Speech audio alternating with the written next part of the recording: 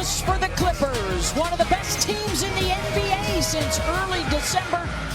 Buoyed by their Big Four, they have championship contender hopes once again as they get set to take on the Sacramento Kings. And we welcome you to NBA Sunday presented by State Farm. Capacity crowd on hand for this California showdown.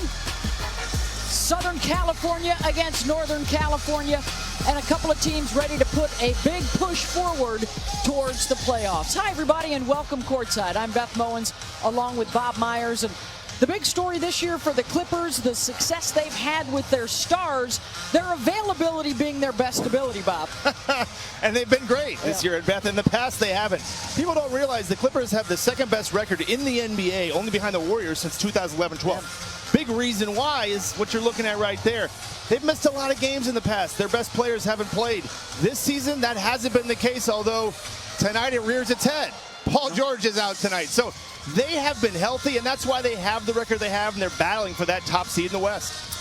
On the other side for Sacramento, that tremendous regular season a year ago, ironically enough, their numbers a bit better at the All-Star break, yet they find themselves lower in the Western Conference. The Western Conference is better, and we're going to have time to get into that and the why of it. But problem for Sacramento, they're sitting in that play-in spot. They're at the top of the play-in spot, but that fourth toughest remaining schedule, that's going to be a monster for the Kings down the stretch. They don't want to fall any further than 7.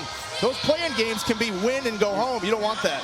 They will have opportunities against everybody ahead of them in the conference. As you check out the starting fives, the same standard group for the Kings and for the Clippers. Without Paul George tonight, Norman Powell will make his first start of the season.